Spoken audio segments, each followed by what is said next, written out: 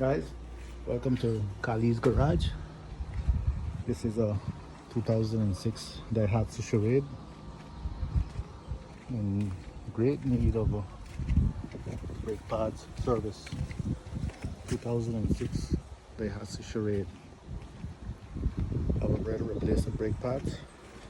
Wasn't that hard. These are the old ones.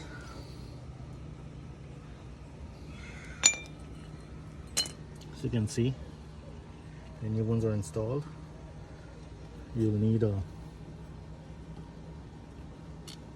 14. Loosen these two bolts in the back, one here and one there. You will also need a 8mm spanner to loosen the leak valve. Very easy job. One side is complete.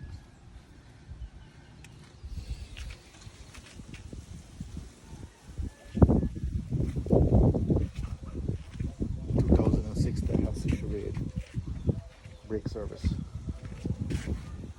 Yeah. Stay tuned for the next side.